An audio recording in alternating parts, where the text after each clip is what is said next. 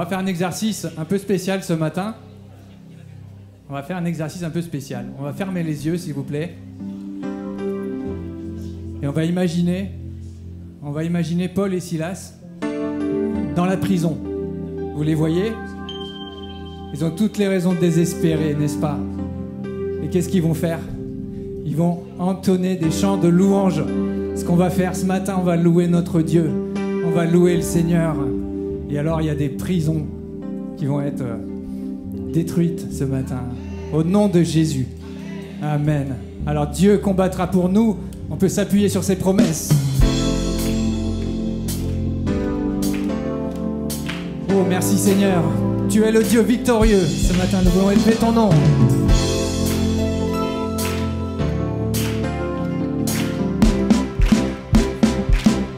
Dieu combattra. Oh, oh.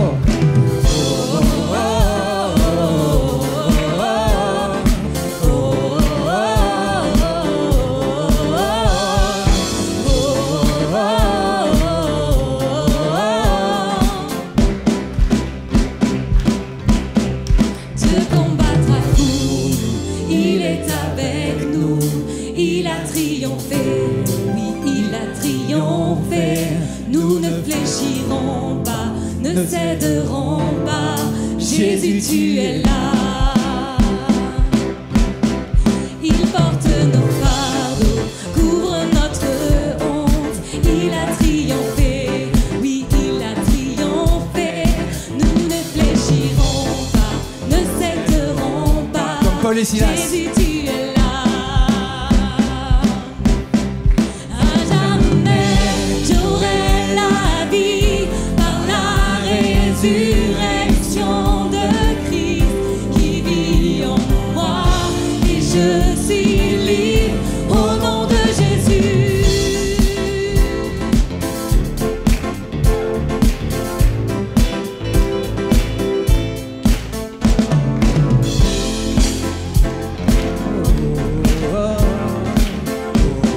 Alléluia, tu portes nos fardeaux, il porte nos fardeaux, couvre notre honte.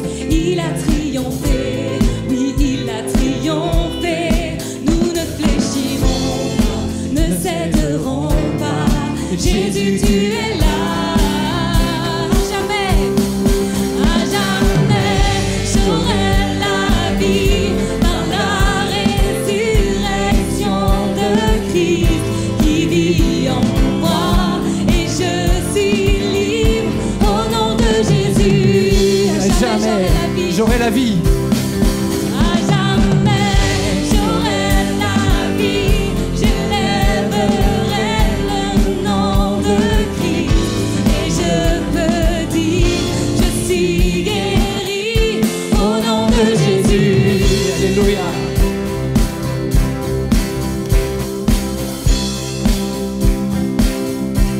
On est dans la victoire ce matin. C'est pas nous qui combattons, c'est Dieu qui combat pour nous. Amen.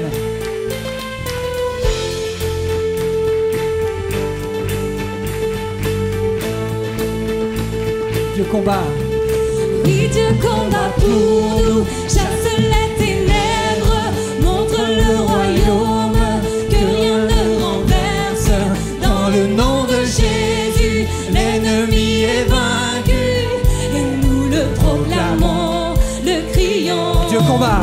Oui, Dieu combat pour nous, chasse les ténèbres, montre le royaume, que rien ne renverse. Dans le nom de Jésus. Dans le nom de Jésus, L'ennemi est vaincu. l'ennemi est vaincu, et nous le proclamons, le crions. Encore une fois. Dieu combat. Oui, Dieu combat pour nous, chasse les ténèbres, montre le royaume, que rien ne renverse. Dans le nom de Jésus, l'ennemi est vaincu, et nous le proclamons, le crions. À jamais, j'aurai la vie par la résurrection de Christ qui vit en moi et je suis libre.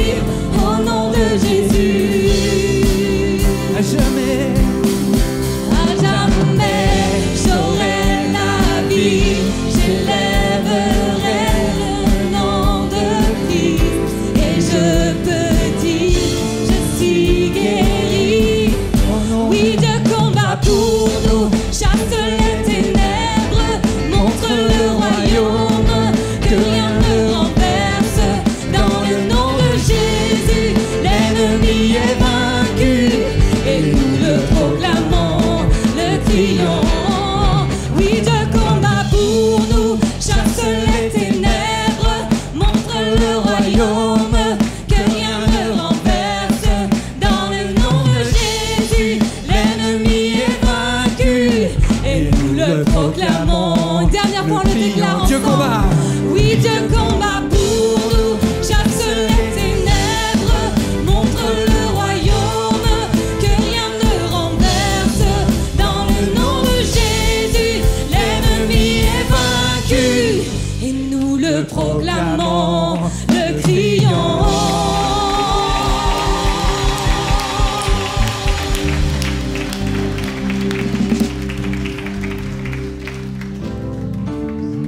Merci Seigneur pour les expériences de Paul et Silas qui ont chanté en prison. Et merci Seigneur pour les psaumes qui ont été écrits. Quand on tourne vers lui les regards, alors on est rayonnant de joie. Et c'est ce qu'on va chanter ce matin, toute notre joie.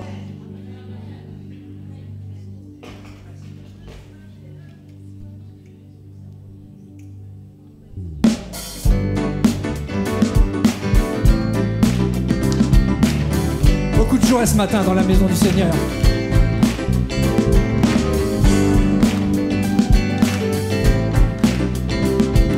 Oh Jésus, nous te regardons, Seigneur, ce matin. Quand on tourne vers lui les regards, on est rayonnant de joie. Quand on tourne vers lui les regards, oh Jésus, nous te voyons, on est rayonnant de joie. Ensemble, quand on tourne vers lui les regards, on est rayonnant de joie.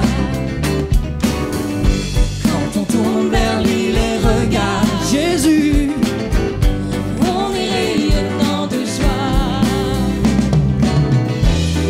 chercher l'Éternel. Et il m'a répondu. Il m'a répondu. Il seul m'a délivré de toutes mes frayeurs. De toutes mes frayeurs. Alors quand je tourne vers lui, Quand on tourne vers lui les regards, on est rayonnant de joie. quand on tourne vers lui les regards, on est rayonnant de joie. Quand un malheureux crie, l'Éternel l'entend. Il vient le sauver. Et il vient le sauver de toutes ses détresses. Toutes ces détresses. Que mon âme se glorifie en l'Éternel ce matin. Que les malheureux écoutent et se réjouissent. Que mon âme se glorifie. On va chanter comme ça. Que mon âme se glorifie. Que mon âme se glorifie en l'Éternel.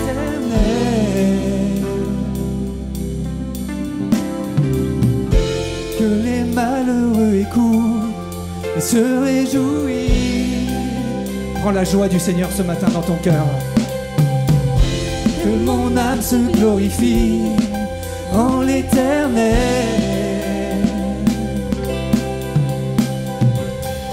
Que les malheureux écoutent et se réjouissent.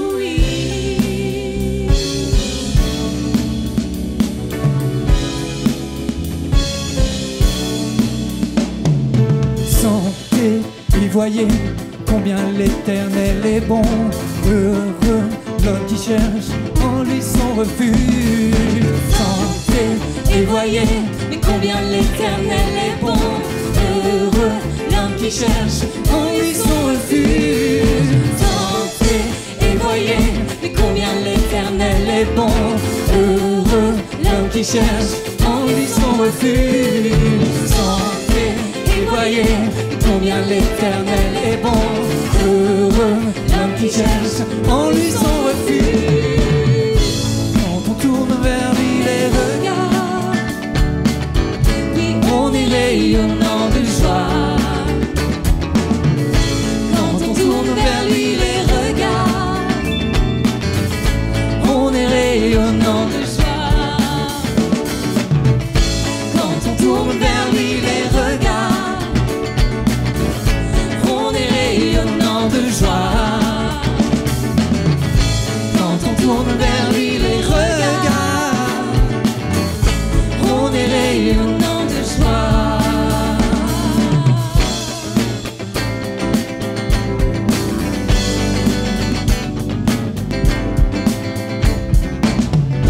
pour le Seigneur, une acclamation ce matin pour notre Jésus, pour notre Dieu. Quand on tourne les regards vers toi, on est réellement rayonnant de joie. Il n'y a que le Seigneur qui peut faire ça. Tu veux la joie dans ton cœur, laisse le Seigneur entrer. Amen. Et si on peut le louer, l'adorer, c'est parce qu'il a eu cette passion pour nous, une passion qui l'a mené jusqu'à la croix. Et ce matin, on veut s'en rappeler, on veut vraiment s'en rappeler. Amen. Alléluia Jésus, merci Seigneur, merci. Que nos cœurs le louent ce matin. Alléluia, merci Jésus. Merci pour la croix Seigneur. Merci pour tout ce que tu as fait pour nous. Alléluia. Amen Jésus. Sois béni Seigneur.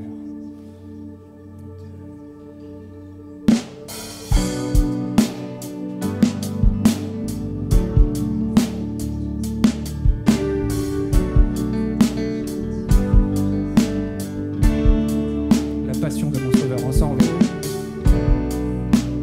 Passion de mon sauveur. La grâce de notre Dieu. La croix ne laisse aucun doute. La croix ne laisse aucun doute. Quant à l'ampleur de son amour.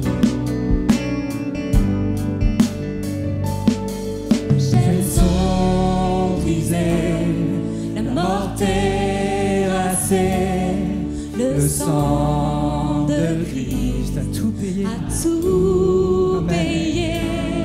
C'est par la croix qu'il nous libère. Oui, sa victoire me donne la vie. C'est lui qui fut condamné. Ma vie fut pardonnée, portant la mort à ma place, portant la mort à ma place. Sa grâce est ma liberté. Alléluia, je suis libre ce matin. J'aime son brisé.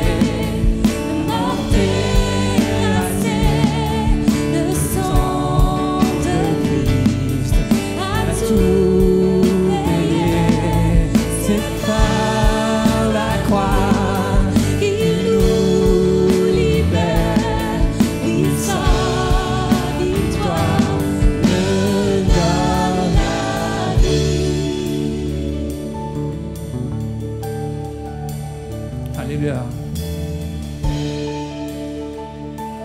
Je donne ma vie afin d'honorer l'amour de mon Sauveur, mon Rédempteur, à jamais couronné. Ensemble, je donne.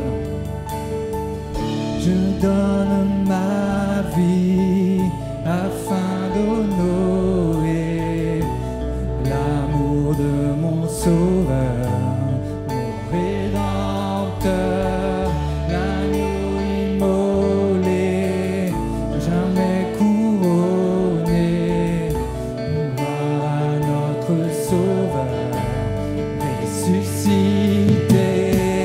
Je donne ma vie afin d'honorer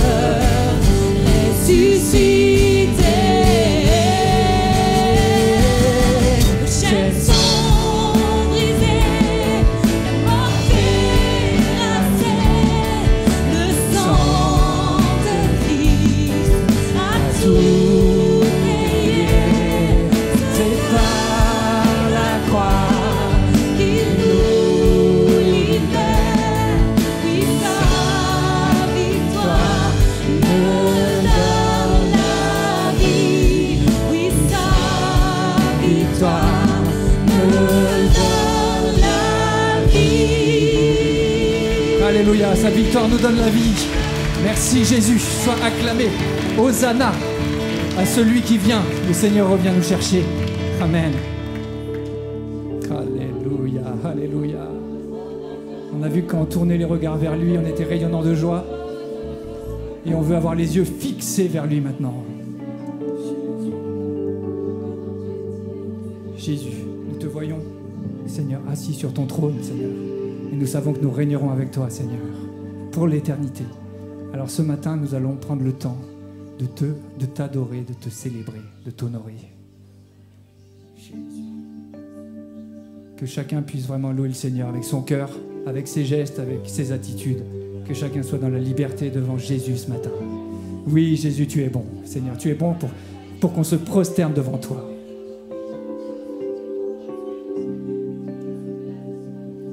Les yeux fixés vers toi, Seigneur. Sois adoré ce matin, Seigneur. Nous sommes ton Église, Seigneur, nous t'aimons.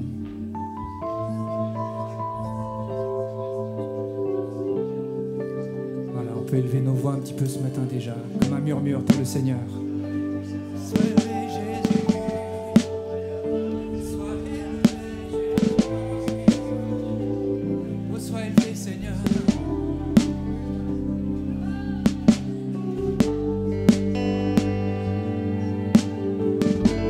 Sois élevé, Jésus.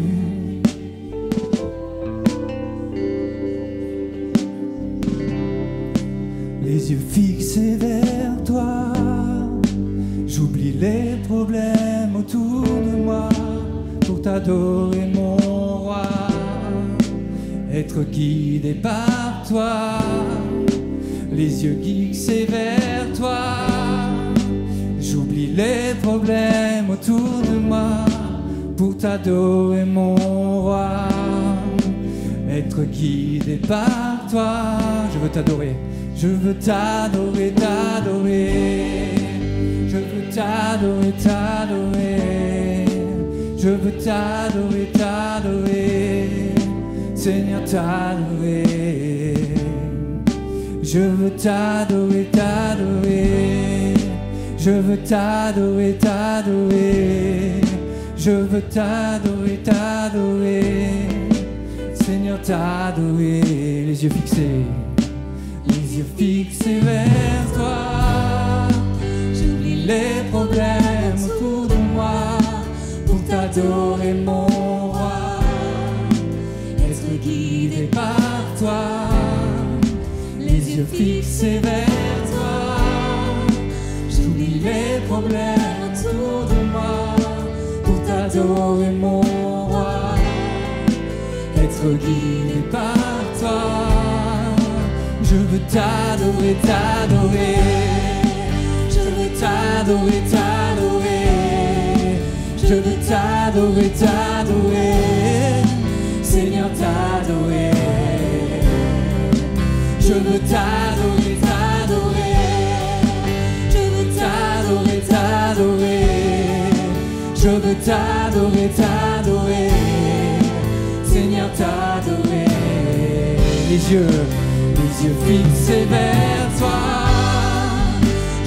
Les problèmes autour de moi pour t'adorer, mon roi. Être guidé par toi. Les yeux fixés vers toi. J'oublie les problèmes autour de moi pour t'adorer, mon roi. Être guidé par toi. Je veux t'adorer, t'adorer. Je veux t'adorer, t'adorer. Je veux t'adorer, t'adorer. Seigneur, t'adorer. Je veux t'adorer, t'adorer. Jésus. Je veux t'adorer, t'adorer. Je veux t'adorer, t'adorer. Seigneur, t'adorer. Je veux t'adorer, t'adorer. Je veux t'adorer, t'adorer. Je veux t'adorer, t'adorer. Seigneur, t'adorer. Je veux t'adorer, t'adorer. Je veux t'adorer, t'adorer.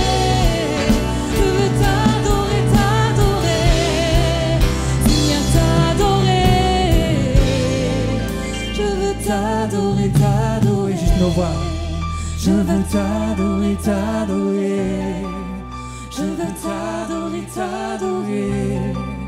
Seigneur, t'adorer. Je veux t'adorer, t'adorer. Je veux t'adorer, t'adorer. Élevons le nom de Jésus ce matin. Tous ensemble, soirée élevée, Seigneur. Je veux t'adorer. Seigneur, t'adorer. Je veux t'adorer, t'adorer. T'adorer, t'adorer. T'adorer, t'adorer.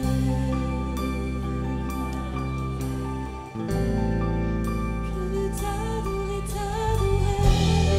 Sois béni, Jésus. T'adorer. Je veux t'adorer, t'adorer.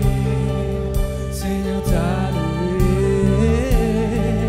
Je veux t'adorer, t'adorer. Je veux t'adorer, t'adorer.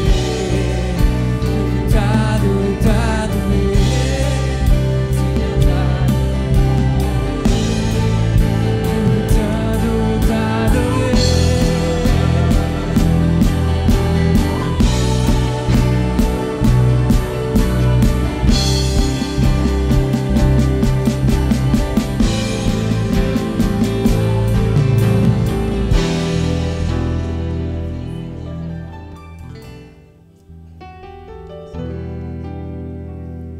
On entre dans le Saint des Saints tous ensemble. On abandonne notre volonté. On abandonne, comme il a été rappelé, certains péchés. On abandonne tout au pied du Seigneur. J'entre. J'entre dans le Saint des Saints.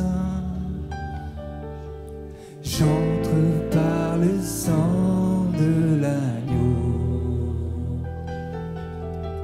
J'entre pour t'adorer, toi seul. J'entre pour honorer Jésus.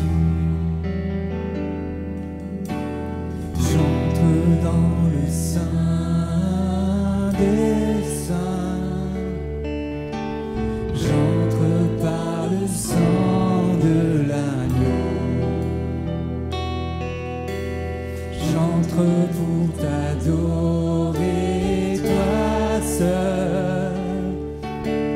J'entre pour honorer Jésus. J'entre dans le Saint des Saints. J'entre dans le Saint des Saints. J'entre par le sang de l'agneau. J'entre pour t'adorer, toi seul. J'entre pour honorer Jésus. Seigneur, je t'adore. Seigneur, je t'adore. Oui, je t'adore. Seigneur, je t'adore. Oui, je t'adore.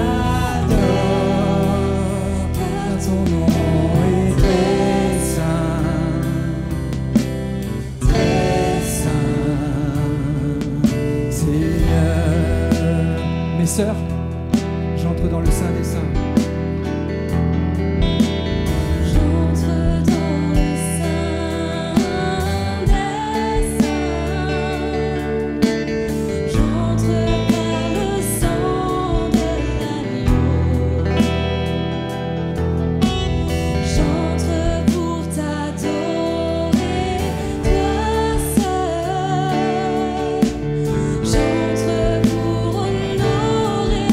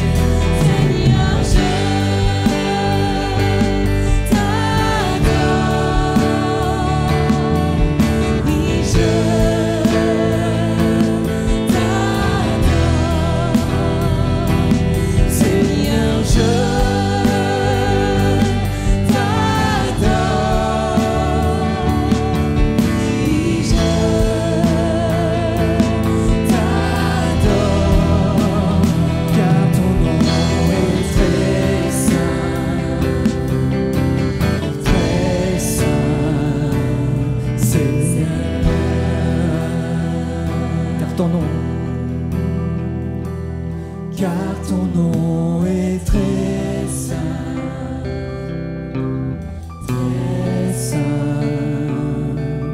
Seigneur. Alléluia Jésus. Alléluia. Gloire à Dieu. Donc les annonces. Si vous avez besoin de prière à la fin du culte, une équipe se tient à votre disposition pour prier avec vous, pour prier pour vous. Apériculte, donc juste après le culte, là, il y a des petites choses qui ont été prévues, donc ne vous jetez pas dessus, hein, c'est juste histoire de grignoter quelque chose pour que vous restiez un petit peu plus longtemps et que l'on puisse discuter, apprendre à se connaître. Foi et partage, on se retrouve donc mardi à 14h30. Soirée de prière jeudi à 20h donc en présentiel, donc c'est parfait, qui va nous conduire là dans la prédication, et on va continuer cette thématique sur le témoignage, comment être des témoins, rendre témoignage, et on va prier également pour ça. La semaine prochaine à 15h après-midi pour les femmes, donc voilà, venez nombreuses à ce rendez-vous. À 15h à l'église, ça va être de 15h à 17h, 17h30. Après, si vous parlez beaucoup, ça va déborder, mais voilà. Assemblée générale donc de Mosaïque, vous pouvez vous inscrire si vous souhaitez soutenir donc toutes les actions Mosaïque.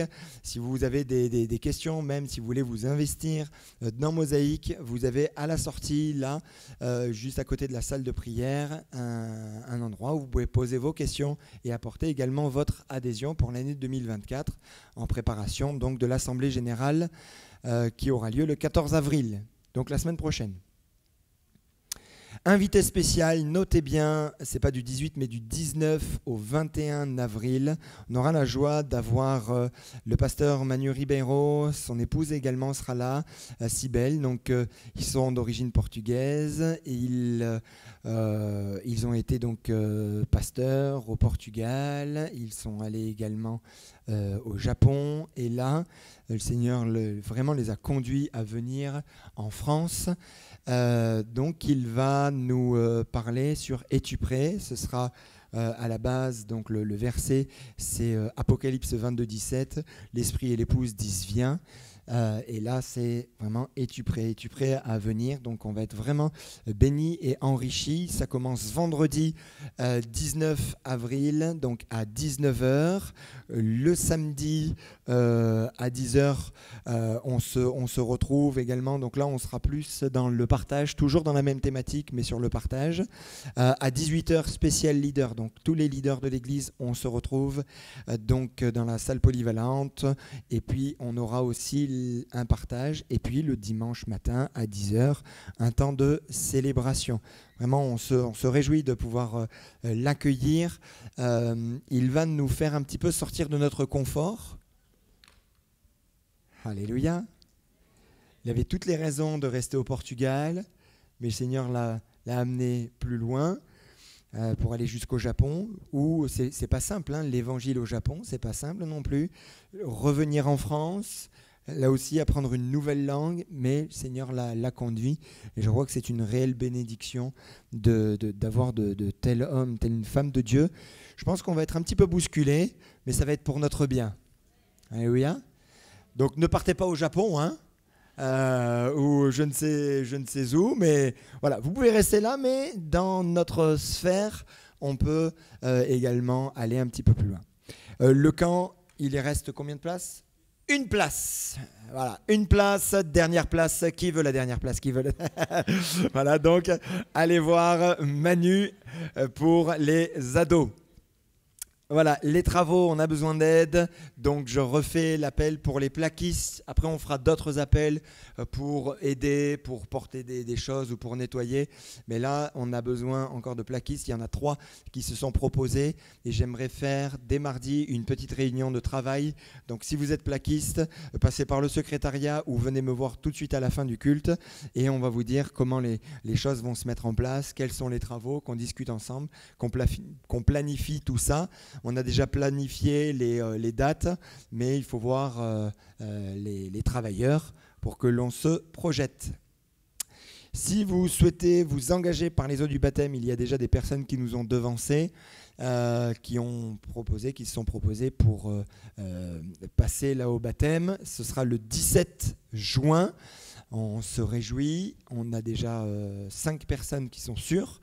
Donc voilà, donc il y en a d'autres qui peuvent également se rajouter. Comment ça se passe? D'abord, rendez-vous à un pasteur. Ensuite, on a 4 réunions préparatoires qui se font avec Laurent. Un dernier rendez-vous, Roland, pardon, j'ai dit Laurent, non, Roland. Et on fait un dernier rendez-vous. Après les 4 rendez-vous, on fait un dernier rendez-vous pastoral. Et ensuite, on y va. Dons pour les travaux peuvent toujours être effectués. Merci pour votre soutien. Merci pour les dons qui sont déjà arrivés. Les dons en ligne classiques peuvent toujours être effectués par le site. Voilà. Vous pouvez nous contacter pour un rendez-vous pastoral cette semaine. La semaine prochaine, donc j'ai été invité là dans le sud de la France, à côté de Toulon, pour faire là une mission. Donc je ne serai pas avec vous le week-end prochain. Et je resterai également pour la pastorale Provence-Alpes-Côte d'Azur. Donc, mais en tout cas, toute la semaine, on pourra prendre rendez-vous et la semaine suivante également. Voilà, vous pouvez nous retrouver sur tous les réseaux, liker, partager, merci. Est-ce qu'il y a des nouvelles, donc, des nouvelles personnes qui sont dans l'église pour la première fois, dans une église évangélique, pour la première fois? Juste levez la main. Très bien, bienvenue. Bienvenue aussi, levez les mains. Première fois dans une église évangélique, hein? Voilà, juste garder les mains levées si c'est la première fois dans une église évangélique. Voilà, et l'église est heureuse de vous offrir un petit cadeau. Voilà, est-ce qu'on peut les accueillir chaleureusement? On va prier pour vous, demandant à Dieu de vous bénir. Seigneur Jésus, te prions pour ces amis, ces bien-aimés, afin qu'ils te rencontrent toi. C'est là notre souhait, notre désir, c'est là notre prière, qu'ils apprennent à te connaître, à te découvrir. Tu n'es pas celui qui ferme son cœur, qui ferme ses bras, bien au contraire. Tu viens vers chacun avec beaucoup d'amour, beaucoup d'affection. Alors entoure-les de ta grâce, entoure-les de ton amour, un amour qui est véritable, qui est sincère, qui est sans intérêt, mais qui veut juste bénir, relever, consoler, guérir. Seigneur, tu vas au plus profond de leur cœur et une fois que tu les auras bénis, eux, je sais que ça va découler sur l'ensemble de leur famille. Merci de nous bénir également pour le message que nous allons entendre maintenant. Conduis-nous et dirige-nous. Amen. Amen. Je laisse la place à Pasteur Manu. Amen, merci. Ça va, vous allez bien? Qui est heureux d'être là ce matin? Ouais, il y en a qui lèvent pas la main. Hein. C'est pas bien, je rigole. Ça va, moi je suis comme tous les dimanches, nos rassemblements, on est content d'être là, de pouvoir se retrouver tous ensemble pour acclamer, honorer et glorifier le nom du Seigneur. Alléluia. Yes. Est-ce que vous connaissez la famille Tout le Monde? Je vous la présente, la voici, la famille Tout le Monde. Alors je vais grossir volontairement les traits, vous allez comprendre pourquoi, mais je vous présente là derrière le canapé avec cette petite chemise là à rayures, le tonton Tout le Monde, qui lui n'arrête pas de raconter tous ses exploits à longueur de temps. Ok, on a le gendre sur le canapé qui lui fait jamais trop de bruit. Il va toujours dans le sens voilà, général, dans la direction là, de la majorité. Il se fait pas trop voir, il se montre pas trop. On a ensuite le fils Tout le Monde, le petit jeune là avec son t-shirt blanc. Alors lui, il est toujours prêt à donner son avis. Ok, et il a bien souvent un avis bien tranché.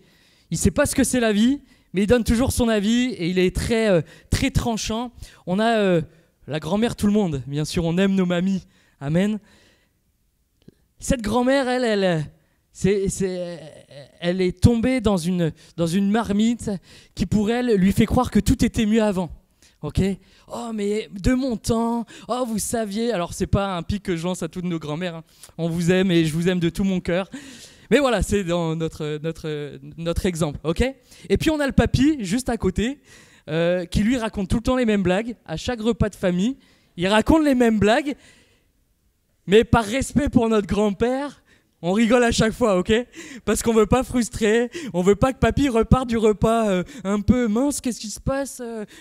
J'ai pas été bon aujourd'hui, ma chérie, ou quoi? Donc on rigole, on fait plaisir, tout cela pour le bien de la famille. Est-ce que vous reconnaissez un petit peu dans cette famille? Est-ce que vous dites, ah effectivement, j'ai peut-être un tonton qui arrête pas de nous embêter avec ses exploits, un gendre un petit peu discret, une mamie, voilà, c'était mieux avant ou quoi? Ah, je suis pas parti en terrain. Non, justement, je grandis en sagesse. Hein, j'essaye de grandir en sagesse, d'éviter les points sensibles. Le titre de mon message ce matin, c'est la famille de Dieu. La famille de Dieu, projet, défi et bénédiction. On aime dire, et on a bien raison de le dire, que l'Église est d'une famille. Amen.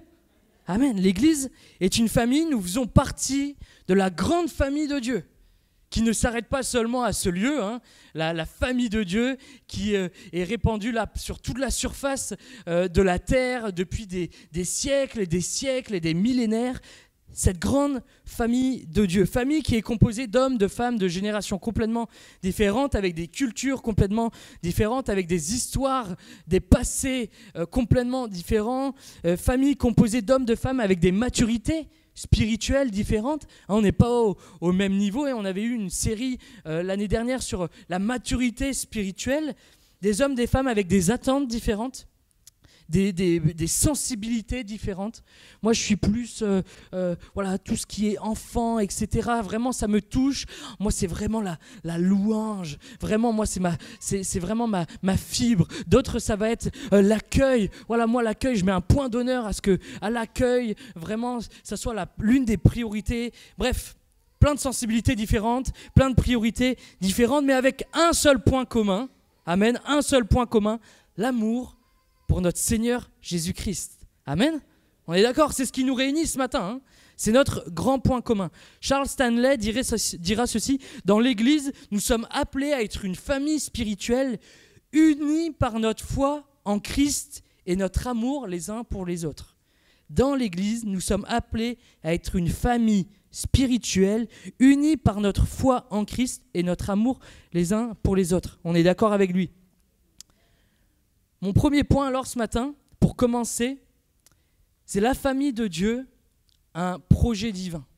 Et il me semblait vraiment important d'en faire un point à part entière, de prendre le temps de s'arrêter sur ce point-là, parce que quand on regarde dans les Écritures, quand on regarde dans les écrits de la Bible, on se rend compte que l'Église, que la famille de Dieu, ce n'est pas la volonté d'un homme, ce n'est encore moins la volonté d'une organisation religieuse quelconque, mais c'est le projet de Dieu.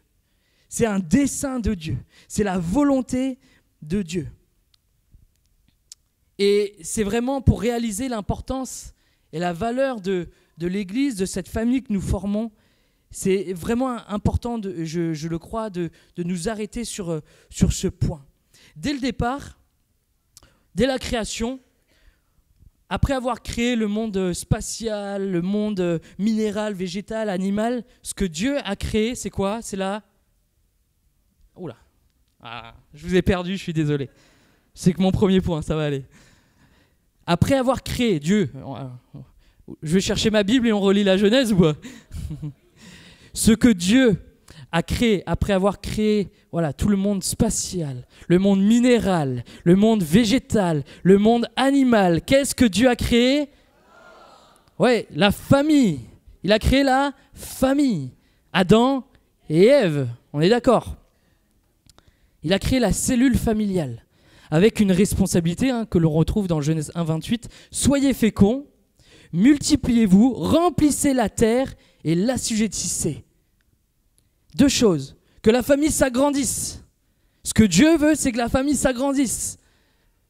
Que la famille se répande et que la famille exerce son autorité, l'autorité que Dieu donne sur l'ensemble de la création. Dès la création, on voit que Dieu a mis dans son plan créationnel la famille au centre.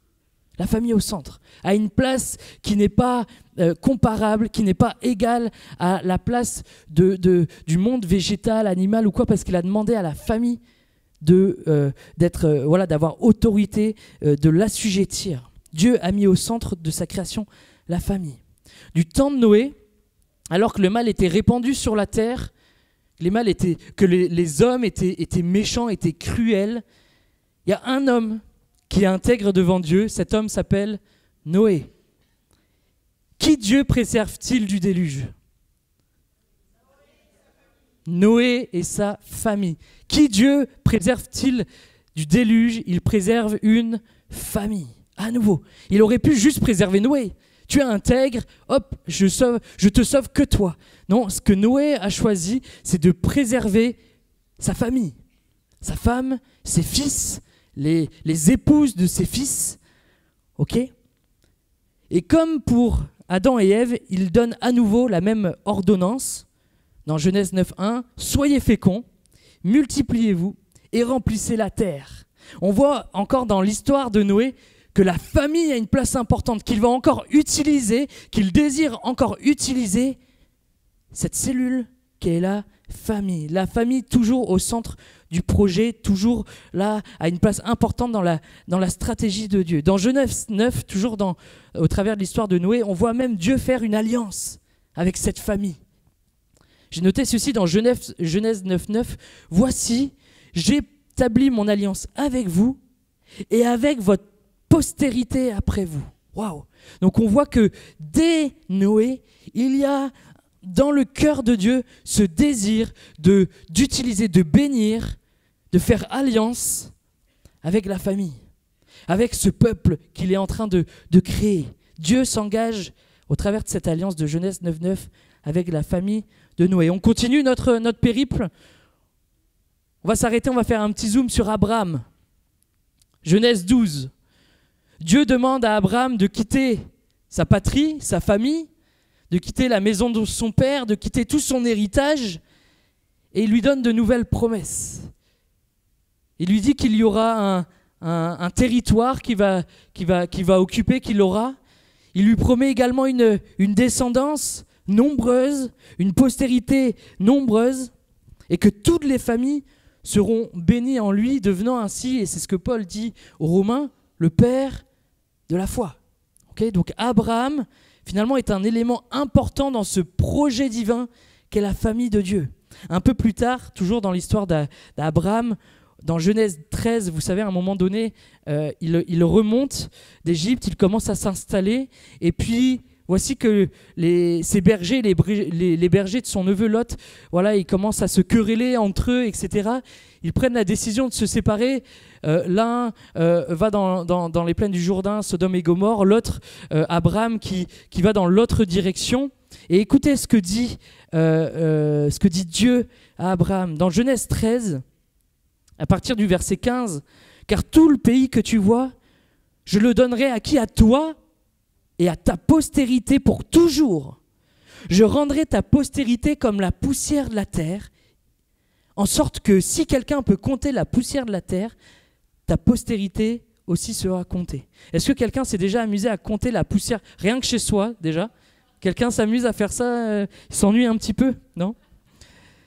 La postérité d'Abraham, innombrable, on ne peut pas la compter, incalculable.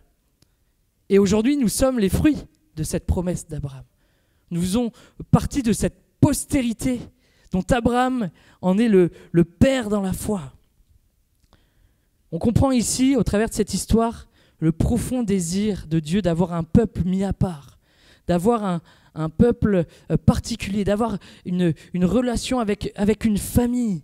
Et au travers d'un couple âgé qui est Abraham et Sarah, nous connaissons l'histoire, nous qui lisons la Bible, Isaac a vu le jour. D'Isaac est venu. Ah, merci. D'Isaac est venu Jacob. On relit, je reprends ma Bible et on reprend. Après le culte. D'Isaac est venu Jacob, et de Jacob est venu de nombreux enfants, dont finalement ils sont devenus là, les chefs des 12 tribus d'Israël. Ok ? On continue, on va un petit peu plus loin. Au travers des prophètes, au travers des livres prophétiques, soit Ésaïe, Jérémie, Ézéchiel, etc., on voit Dieu parler à son peuple à de nombreuses reprises. Et moi, ce qui m'a interpellé dans de nombreux textes d'Ésaïe, de Jérémie, d'Ézéchiel, c'est que quand Dieu parle à son peuple, il n'utilise pas n'importe quel terme. Il utilise des termes très forts. Maison d'Israël, maison de Juda. Il utilise des termes qui font référence, qui font écho directement dans notre cœur à un lien particulier qu'il y a entre Dieu et son peuple. Nous ne sommes pas juste des marionnettes entre ses mains. Nous ne sommes pas juste des petits joujoux ou Dieu, vous savez, comme j'ai cette image-là d'un enfant qui jouerait avec ses Playmobil, hop, hop, et puis nous, finalement, on est entre les mains de Dieu comme les Playmobil de Dieu. Non. Quand Dieu nous parle, il nous parle comme des membres de sa famille, comme ses enfants. Et dans les livres prophétiques, on le voit clairement. J'ai noté ce texte de Jérémie 31. Je vous invite vraiment à le relire en entier, ce texte. Il est vraiment magnifique. Et je vous ai pris 4 versets. Voici ce qu'il est dit. Voici, les jours viennent, dit l'Éternel, où je ferai avec la maison d'Israël et la maison du Juda une alliance nouvelle. Verset 33, mais voici l'alliance que je ferai avec la maison d'Israël. Après ces jours-là, dit l'Éternel, je mettrai ma loi au-dedans d'eux, je l'écrirai dans leur cœur et je serai leur Dieu et ils seront mon peuple. Celui-ci n'enseignera plus son prochain, ni celui-là son frère en disant « Connaissez l'Éternel, car tous me connaîtront, depuis le plus petit jusqu'au plus grand, dit l'Éternel, car je pardonnerai leurs iniquités et je ne me souviendrai plus de leurs péchés. » Ce texte, il est vraiment très beau. On voit cette annonce que Dieu fait à son peuple, au peuple d'Israël, qu'il va y avoir là une nouvelle alliance. Une alliance où finalement nos péchés seront effacés, où il ne se souviendra plus de toutes nos fautes, de tous nos manquements, de tous nos égarements. Je ferai une alliance nouvelle. Alléluia. Et aujourd'hui, nous sommes les bénéficiaires, nous sommes issus de cette alliance que Dieu a fait à son peuple. Au travers de Jésus, qui est venu sur la croix, qui a quitté son trône de gloire, qui est venu marcher sur la terre à l'image d'un homme et qui, on l'a vu la semaine dernière dans ce culte de Pâques, qui a à la croix porté tous nos péchés. Son sang à la croix a coulé pour effacer toutes nos erreurs, effacer tout ce qu'on peut faire de mal par nos pensées, par nos paroles, par nos gestes. Tout cela, le Seigneur l'a effacé. Alléluia. Et cela vient finalement, rendre vivant cette promesse qui a été faite dans ce livre de Jérémie au chapitre 31. Jésus, justement. Comment ne pas le mentionner dans la mise en place de cette grande famille? Jésus, lui, le Fils de Dieu, il avait déjà ce lien qui l'unissait à notre Père Céleste. Mais pour que nous soyons au bénéfice de ce même lien, il a dû un temps se séparer de son Père, venir sur la terre et faire cette œuvre de réconciliation entre nous et Dieu. Et si aujourd'hui nous sommes réunis dans ce lieu, c'est parce que Jésus, un temps, s'est séparé de son Père, est venu sur la terre, a marché sur la terre et a porté tous nos péchés pour remonter et être souverainement élevé et être assis aujourd'hui à la droite de Dieu. Jésus a une place importante dans ce projet. J'ai noté ceci dans Éphésiens 2 pour ceux qui prennent des notes, car il est notre paix, lui qui des deux, et là il parle des juifs, des païens, des circoncis, des incirconcis, il n'en a fait qu'un, et qui a renversé le mur de séparation, l'inimitié, ayant anéanti par sa chair la loi des ordonnances dans ses prescriptions, afin de créer en lui-même, avec les deux, un seul homme nouveau, en établissant la paix. Alléluia. Et de les réconcilier l'un et l'autre, en un seul corps avec Dieu par la croix, en détruisant par elle l'inimitié. Jésus, le Fils de Dieu, s'est donné entièrement à la croix pour nous réconcilier avec notre Père Céleste, faisant de nous ainsi des enfants adoptifs. Nous sommes les enfants adoptés par Dieu grâce au sacrifice et à l'œuvre de Jésus à la croix. Alléluia. Et nous sommes ainsi frères et sœurs de Jésus. On est frères et sœurs de Jésus. Des fois, on voit et on a raison de voir Jésus comme notre Seigneur, notre Sauveur, il n'y a pas de problème. Mais n'oublions pas que Jésus, c'est aussi notre frère. Amen. Mon frère, tu es frère de Jésus. C'est sympa, non? Ok? Ma sœur, tu es sœur de Jésus. Alléluia. Tu es sœur de peut-être 1, 2, 3 personnes sur terre, de cette fratrie issue de l'union de tes parents, mais tu es aussi la sœur de ton Seigneur Jésus-Christ. Alléluia. Est-ce que la manifestation du plan divin qu'est la famille de Dieu s'arrête à Christ, à l'œuvre de Christ? Bien sûr que non. On a aussi le Saint-Esprit. Au travers du ministère du Saint-Esprit, on voit le plan de Dieu, la volonté de Dieu de faire d'un peuple une réelle famille. Nous sommes au bénéfice du ministère du Saint-Esprit. Regardez ce que Paul dit aux Romains au chapitre 8, verset 16. L'Esprit, donc là il parle du Saint-Esprit. L'Esprit lui-même rend témoignage à notre esprit que nous sommes enfants de Dieu. Okay? Or, si nous sommes enfants, nous sommes aussi héritiers. Héritiers de Dieu le Père et co-héritiers parce que nous sommes frères avec Jésus. Okay? Et co-héritiers de Christ si toutefois nous souffrons avec lui afin d'être glorifiés avec lui. Le Saint-Esprit, aujourd'hui, fait cette œuvre encore de manifester ce plan divin, cette volonté de Dieu de faire de nous une réelle famille. Alléluia. De la création, finalement, jusqu'à aujourd'hui, au travers de l'œuvre du Saint-Esprit.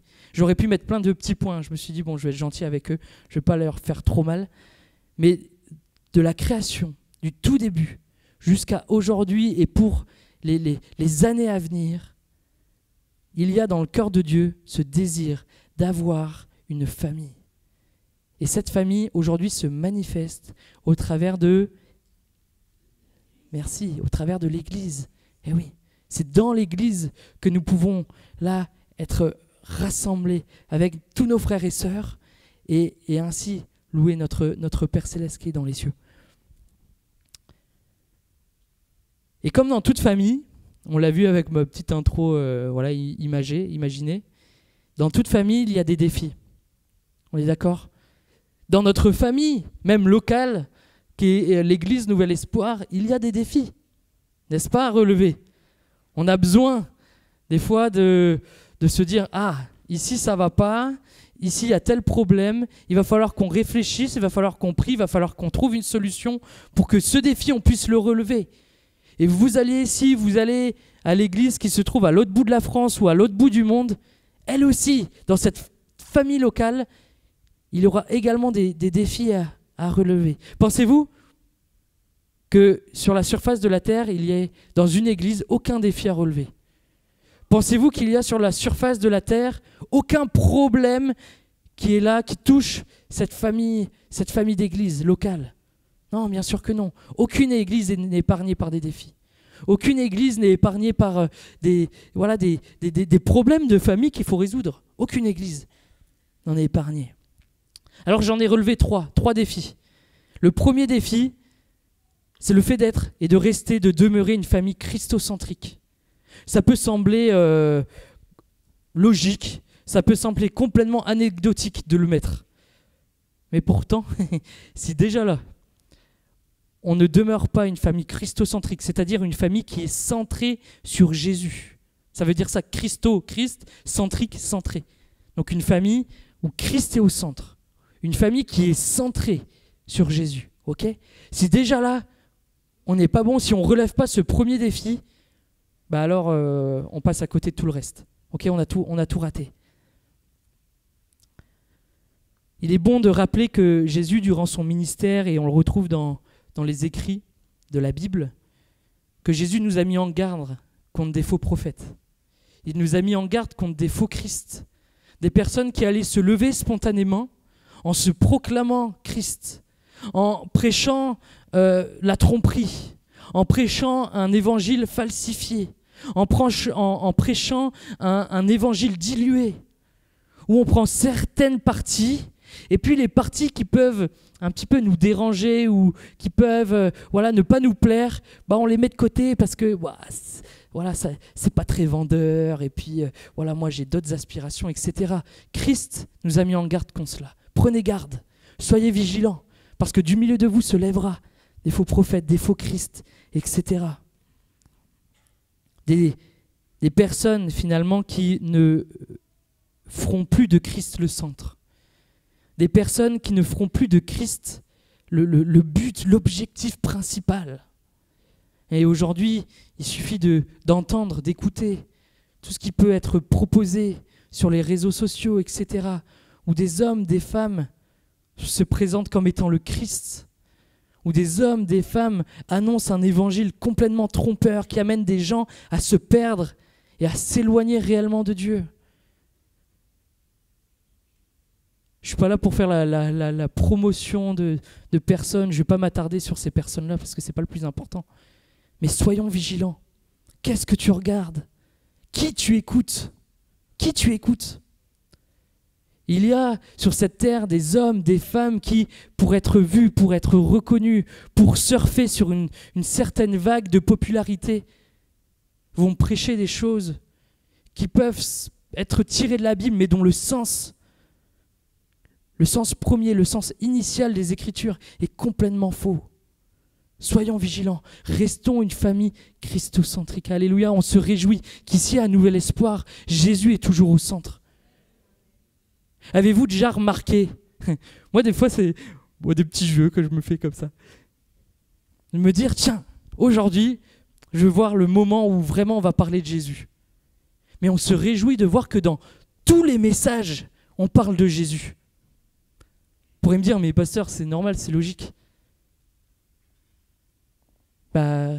Demeurons, alléluia, et réjouissons-nous de cela. Alléluia. Et le jour où vous m'entendrez faire un message où je n'ai même pas parlé de Jésus, venez me voir et dites-moi, pasteur, c'était bien, il n'y a pas de problème. Par contre, j'ai pas capté ce petit moment-là, tu vois, où tu parlais de Jésus, où tu parlais de la croix. J'ai pas capté ce moment-là.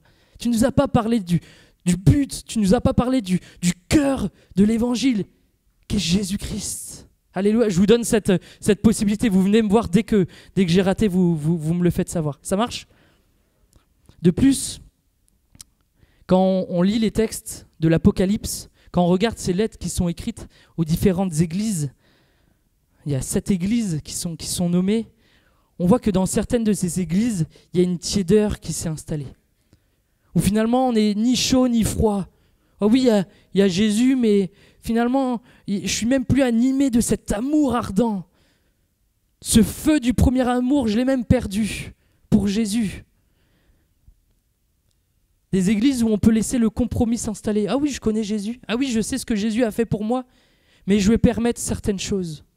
Certaines choses vont pouvoir se passer. Soyons une famille vigilante, à demeurer une famille christocentrique, à demeurer une famille qui brûle pour Jésus. Alléluia, qui brûle d'amour pour Jésus. Amen. Deuxième défi que j'ai relevé, c'est le fait d'être une famille accueillante. On doit être une famille accueillante. Certains veulent faire croire que Jésus est venu que pour quelques-uns, quelques élus, quelques personnes sur terre, des personnes qui auraient été choisies par Dieu et que tous les autres finalement sont rejetés. C'est une doctrine. Nous ne partageons pas cette doctrine et quand on se plonge dans les Écritures à nouveau, on se rend compte que Dieu est venu pour sauver tout homme, toute femme. Il n'est pas venu pour sauver une petite poignée. Ça serait limiter l'œuvre de Christ à la croix. Enfin, moi, j'imagine Jésus devant son Père. Bon, j'ai souffert tout ça. Toute la vidéo, moi j'étais aux petits héritiers, mais je sais que vous aviez une vidéo la semaine dernière qui était poignante. Vous imaginez Jésus venir auprès de son Père et dire « Attends, t'as vu tout ce que j'ai pris? Les clous et tout ça, la couronne d'épines, les fouets, les coups de fouet, j'ai pris tout ça que pour quelques-uns. » Bien sûr que non. Il l'a fait pour l'humanité tout entière. Alléluia. Dieu nous accueille, il accueille tout homme, toute femme, et il est de notre responsabilité en tant que famille de Dieu d'être une famille accueillante, d'être une famille qui ouvre ses bras des personnes qui peut-être nous dérangent parce que bah voilà, il y a une manière de penser, parce qu'il y a un langage qui nous dérange, peut-être parce qu'il y a un look vestimentaire, un style vestimentaire qui ne nous convient pas. Soyons de celles et ceux qui ne rejetons pas les personnes, qui refusons d'accueillir ces personnes, mais plutôt de ceux qui accueillons ces personnes à bras ouverts, en sachant que cette personne a besoin de Christ, que cette personne a simplement besoin de faire une rencontre personnelle avec le Seigneur. Et quand cette rencontre aura eu lieu, le Seigneur fera cette œuvre de la nouvelle naissance. Les choses bougeront d'elles-mêmes, en fait. Tout ce qui nous dérange, etc., ça va se régler. Alléluia, mais soyons de ceux qui accueillons. Quand on regarde dans le livre des Actes des Apôtres, c'est le livre dans la Bible qui nous parle de la première église, ce qu'on appelle l'église primitive. C'était la première église, vous la retrouvez dans le livre des Actes des Apôtres. Et quand on lit ce livre-là dans la Bible, on le voit à plusieurs reprises dans Acte 2, dans Acte 5, dans Acte 11, que le Seigneur ajoute à l'église de nouvelles personnes. Et on voit qu'il y a toujours dans ce désir de Dieu de faire croître cette famille, comme il l'a dit à Adam et Ève, comme il l'a dit à la famille de Noé, multipliez-vous, remplissez la terre. Cette ordonnance ne s'est pas arrêtée du temps de Noé, du temps d'Abraham ou du temps des prophètes, mais encore aujourd'hui il nous dit, mais multipliez-vous, grandissez, accueillez encore. Et on se réjouit de ces nouvelles personnes qui sont venues, vraiment que le Seigneur vous bénisse. Et on se réjouit que chaque semaine, à chaque fois qu'on fait un appel, je ne sais pas si ça vous interpelle, mais de vous dire que tous les dimanches, il y a des personnes qui viennent pour la première fois dans une église évangélique. Est-ce que ça ne vous interpelle pas? On se dit, mais Seigneur, tu nous envoies des âmes. Tu nous envoies des personnes qui sont en recherche. Des personnes qui viennent avec leur fardeau, leur poids, leur vie passée. Et ils sont là. Alors certains d'entre nous, on témoigne, on arrive même à leur dire, mais viens à l'église, tu vas voir, tu vas entendre, tu vas vivre quelque chose à l'église, tu vas pouvoir là te rapprocher de Dieu. Et on se réjouit, mais il y a des personnes qui viennent franchement de nulle part, on ne sait même pas comment ils ont fait pour venir. Tu connais quelqu'un? Non, pas du tout. Ok, le Seigneur nous envoie des âmes nouvelles, le Seigneur fait croître, fait grandir son église, alléluia. Le Seigneur nous envoie des âmes, accueillons-les de tout notre cœur. Amen, vous êtes d'accord avec moi? Je vous ouvre mon cœur. Je vois l'heure qui tourne, simplement. On était au rassemblement la semaine dernière, samedi dernier. Et puis à la fin du rassemblement, je dis bonjour à une sœur qui n'est pas de cette église-là, mais que je connais. Et puis elle discutait avec un homme. Et puis donc je dis bonjour à la sœur, ça va, tu vas bien? Et je salue l'homme que je connais pas du tout, et la sœur me dit, mais vous connaissez tout ça? Je dis, bah non, pas du tout. Bah allez, vous connaissez, vous venez de vous dire bonjour, vous connaissez? Je dis, non mais je te promets, je l'ai jamais vu, je ne le connais pas, je sais même pas comment il s'appelle. L'homme de dire également, mais non, je ne le connais pas. La sœur n'en revenait pas que, en fait, on saluait des personnes nouvelles, des personnes qui ne se connaissaient pas, dans un lieu où finalement on est tous ensemble autour de Christ, finalement de saluer quelqu'un qu'on ne connaît pas, ça, waouh, c'était surprenant, c'était comme une blague pour elle. Et non, on se doit d'accueillir. Vous savez, j'ai souffert tellement de fois, et ça m'arrive de souffrir encore, où on se trouve dans un lieu, on est là, et on est transparent. On est du papier peint qui est collé au papier peint de derrière, vous savez, comme des fois dans des films, ok? Et en fait, on se superpose au mur, et les gens, ils passent, comme ça, on est invisible. Frères et sœurs, c'est notre responsabilité en tant qu'Église de faire attention que des personnes nouvelles ne soient pas comme des personnes avec du papier peint qu'on ignore, mais de prendre le temps de saluer. Justement, tu te dis, tiens, cette personne-là, je ne la connais pas, cette personne-là, je l'ai jamais vue. Arrête-toi, salue-la. Demande-lui juste, c'est la première fois que tu viens ou pas? Demande-lui juste, comment tu t'appelles? Voilà, je me présente, je suis heureux de te rencontrer. Bienvenue en tout cas dans cette grande famille. C'est de notre responsabilité. Soyons vigilants. Tellement de fois, même en étant déjà membre de cette famille, beaucoup peuvent nous dire, mais Des fois, je me sens seul, même au sein même de la famille. Ça fait 10 ans, 20 ans, 30 ans que je suis là. Pourtant, je me sens toujours aussi seul. Je me sens toujours pas, finalement, attaché à cette famille. De temps en temps, on entend les uns les autres me dire « Mais tu sais, ça me fait mal quand on me dit même pas bonjour. » Mais je comprends ce sentiment. Franchement, combien de fois je l'ai vécu. Il ne devrait pas avoir dans ce lieu, dans cette église, des personnes qui ne sont même pas saluées une fois. Vous êtes d'accord avec moi? Qui est d'accord avec moi? Alors je refais l'appel. Qui est d'accord avec moi? J'ai pas eu assez de mains. Ok. Alors je vous lance un défi. À la fin de ce culte. Alors partez pas à la chasse au nouveau. Hein. Les pauvres, ils vont partir de l'église en se disant oh mais je vous lance un pari. Vraiment, je te mets au défi. Prends le temps de saluer au moins une personne. Peut-être que tu as vu son visage, mais tu ne sais même pas comment cette personne s'appelle. Juste de venir dire, voilà, je t'ai vu, je te vois de temps en temps, on se croise de temps en temps, mais en fait, je ne sais même pas comment tu t'appelles. Il n'y a pas de pudeur à avoir, au contraire. Accueillons-nous les uns les autres. Amen. Et je vais même aller plus loin. Je te lance un défi encore plus extrême. Est-ce qu'il y en a qui sont extrêmes avec Jésus? Est-ce qu'il y en a qui sont radicales dans le Seigneur? Amen. J'en ai 4, oh mon Dieu. Je crois que j'ai trouvé mon message la semaine prochaine. Hein. J'avais pas de message, je l'ai trouvé. Hein.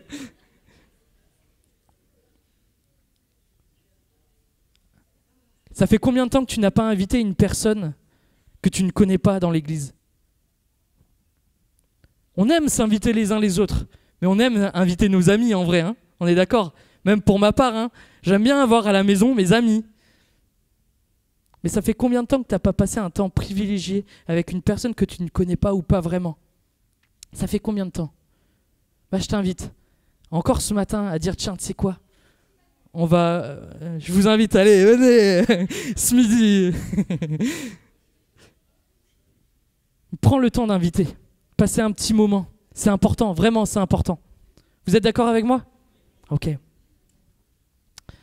Voilà, j'avais mis un texte, Paul aux Romains, qui dit, et là, réalisez l'importance de ce verset. Et je l'ai surligné en jaune. Accueillez-vous donc les uns les autres comme Christ vous a accueillis pour la gloire de Dieu. Est-ce qu'on s'accueille les uns les autres comme Christ nous a accueillis? Que le Seigneur nous aide. Hein. Et que ce verset puisse vraiment impacter ton cœur, mon frère, ma sœur. Et te dire, ok, mais aujourd'hui, voilà, je veux m'engager à accueillir mes frères, mes sœurs. Accueillir les personnes qui viennent d'intégrer l'église du Seigneur. Comme toi, tu m'as accueilli, Jésus. Que ce verset puisse vraiment porter du fruit dans vos vies. Et enfin, troisième défi, il me reste 50 secondes. C'est notre rôle. Hop là, pardon. Troisième défi, être une famille unie. Eh oui. Être une famille unie. Paul dira ceci dans Romains chapitre 15, que le Dieu de la persévérance et de la consolation vous donne d'avoir les mêmes sentiments, les uns envers les autres, selon Jésus-Christ, afin que tous ensemble, d'une seule bouche, vous glorifiez le Dieu et Père de notre Seigneur Jésus-Christ. On parle souvent de l'unité, on prie souvent pour l'unité et on a raison. Et on va continuer de le faire, on va continuer de parler de l'unité, on va continuer de prier chaque jeudi pour l'unité de l'Église. Parce que s'il n'y a pas l'unité au sein même de notre propre famille, comment voulez-vous glorifier notre Dieu ? Comment voulez-vous que les choses avancent, que le royaume de Dieu avance, si on se tire à boulet rouge dans tous les sens? Alors c'est pas le cas. Mais où il y a la critique, où il y a du jugement, où finalement il y a toutes sortes de peurs qui viennent dans notre cœur parce qu'on se dit mais je vais prier, je vais élever ma voix, mais qu'est-ce qu'on va dire? Et comment on va juger ma prière? C'est pas normal au milieu de nous de le vivre, de le ressentir. Mais peut-être parce qu'il y a encore du travail à faire dans l'unité.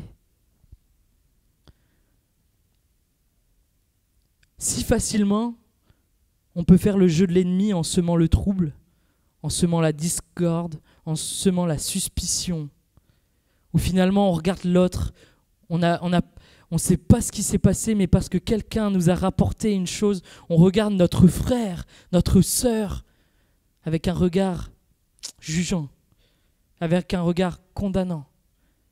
Mon frère, ma sœur, si tu regardes un frère, une sœur, de cette manière-là, la Bible te dit d'aller voir cette personne-là et de parler avec vérité avec cette personne-là. Si peut-être même il y a un conflit, une situation de non-pardon, la Bible te dit, ton offrande que tu as déposée, prends-la, garde-la, parce qu'aux yeux de Dieu, elle n'est pas agréable. Et va d'abord te réconcilier avec ton frère ou ta sœur. Puis ensuite, viens déposer ton offrande. Est-ce qu'il y a, mon frère, ma sœur, dans ton cœur, une relation fraternelle, c'est-à-dire une relation avec un frère ou une sœur de l'Église, où il y a un conflit, où il y a un trouble, où il y a une situation qui n'est pas réglée, où il y a un malaise? Tu as besoin d'aller vers cette personne-là, ce frère, cette sœur, te dire, est-ce qu'on peut prendre un petit peu de temps pour qu'on discute, pour qu'on échange ensemble? Parce que derrière, quand on regarde, et il faut avoir toujours le regard de manière globale, générale, ce n'est pas seulement toi que tu pénalises, ce n'est pas seulement l'autre que tu pénalises, mais c'est toute la famille de Dieu. Spirituellement, quand il y a de mauvais sentiments les uns envers les autres, du non-pardon les uns envers les autres, c'est l'ensemble du corps qui souffre à cause de cela. Vous savez, des fois, je me dis, tiens, c'est bizarre. Il y a des cultes où ça glisse, c'est vraiment, on sent l'onction, on sent l'Esprit de Dieu. Vraiment, les choses incroyables. Merci Seigneur pour ces moments-là. Et puis, des fois, il y a des réunions, on ne sait pas pourquoi. Ça bloque. C'est lourd. Tout à l'heure, avec les frères, on priait pour l'unité de l'Église. Voilà, qu'il n'y ait rien au milieu de nous qui vienne bloquer et tout. Mais je vous le dis, simplement avec mon cœur, j'ai du mal à me mettre dedans. J'ai senti qu'il y avait quelque chose qui n'allait pas. Avec Philippe, on en a parlé à la fin de la louange. Il y a un truc qui ne va pas. Et je me dis, est-ce qu'il n'y a pas du non-pardon finalement qui vient bloquer cela? L'action, ce temps-là. Est-ce qu'il n'y a pas une situation conflictuelle que tu vis dans l'Église, que tu laisses là, pardonnez-moi des termes, mais pourrir? Et finalement, ça vient influer sur l'ensemble de l'Église. On a besoin de régler nos affaires les uns avec les autres. Vous êtes d'accord avec moi? On a le droit d'être déçu, on a le droit d'être blessé, on a le droit. Et ce que tu vis, ce que tu as peut-être vécu, le sentiment que tu as peut-être dans ton cœur aujourd'hui, on l'entend. Mais la seule chose que le Seigneur te demande, c'est de ne pas laisser ça t'empoisonner. Mais c'est d'aller justement mettre cela dans la lumière. Et de dire, voilà, j'ai ce problème-là. Si c'est compliqué pour toi, viens trouver l'équipe pastorale. Viens trouver là les frères qui prient pour toi là, dans la salle de prière. En disant, voilà, j'ai vraiment un combat dans mon cœur parce qu'il y a une relation fraternelle qui est difficile. Et alors on va t'aider, on va t'accompagner. On va prier pour que ton cœur soit guéri parce que tu as avant tout besoin de guérison. Et alors tu vas être dégagé de cela. Tu vas pouvoir dégager aussi le frère ou la sœur avec qui tu es en difficulté. Mais ce n'est pas juste toi ou lui que tu vas libérer, c'est l'ensemble du corps. C'est l'ensemble de la famille que tu vas libérer. Alléluia.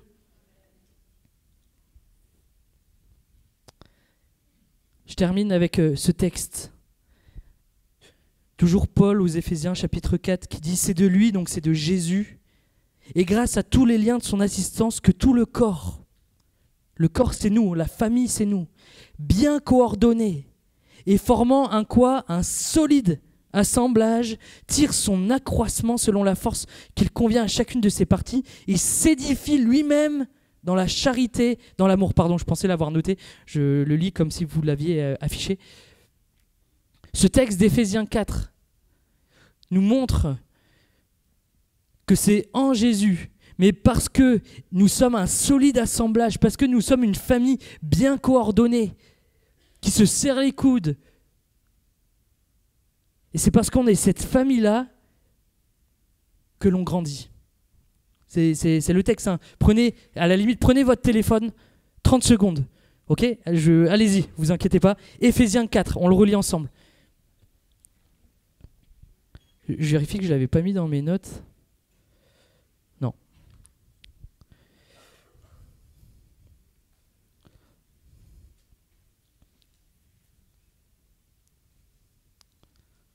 Parce que ça, c'est important. Et quand on a compris qu'il est notre responsabilité d'être un solide assemblage et que finalement de la croissance de l'Église, finalement, découle et le fruit d'une unité en fait d'Église.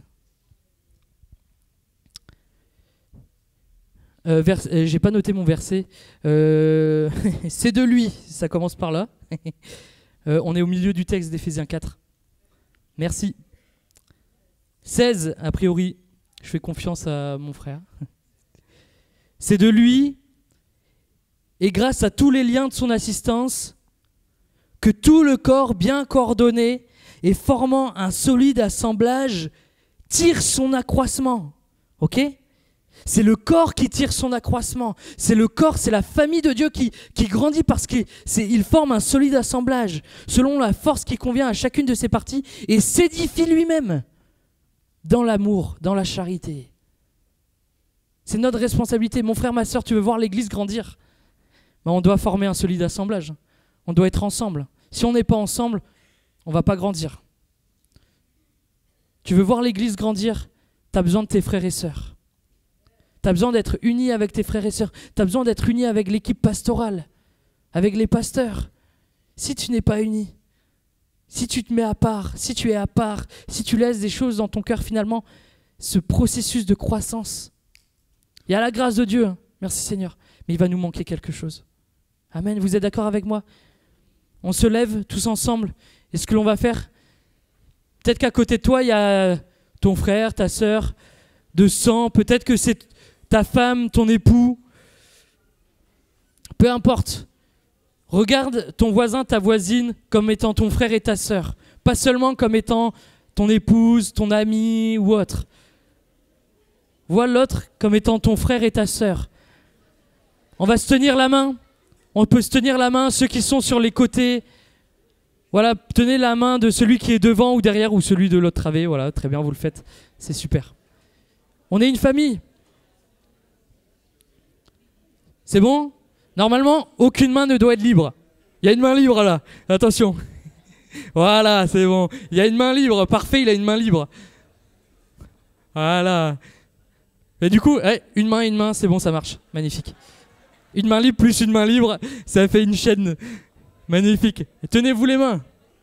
C'est bon, super. Tout le monde tient la main de tout le monde ? Magnifique. Moi, je vais descendre aussi. Hein. Ok. Est-ce qu'on peut prier pour l'Église ? Pour ces défis-là qu'on est appelé à relever en tant que famille. On sait que c'est dans le cœur de Dieu. On est d'accord, on sait que c'est dans le cœur de Dieu. Mais c'est notre responsabilité de s'engager à l'unité. S'engager à être une église accueillante. Accueillir les nouveaux. Est-ce que nos nouveaux, ils tiennent la main à des personnes là ? On est bon ? Mon frère, ah non, il y a du monde là ? Ou t'es tout seul ? Ah ouais, faut tenir la main, hein. C'est notre responsabilité. Et alors, on va vivre de grandes choses avec le Seigneur. Parce qu'il y a l'unité. Alors, on va tirer notre accroissement dans l'amour. Alléluia. On prie ensemble, on se prend 3-4 minutes. On prie pour notre frère, pour notre sœur. On prie pour l'ensemble de l'Église. On prie pour l'équipe pastorale. On prie pour le conseil d'administration dans tous ces défis qu'on a relevés. Voilà, qu'on puisse prier. Alléluia, on prie ensemble. Alléluia, ceux qui sont aussi derrière la technique, vous pouvez venir qu'on prie ensemble. Voilà, qu'on soit vraiment unis dans ce que le Seigneur veut pour nous. Allez.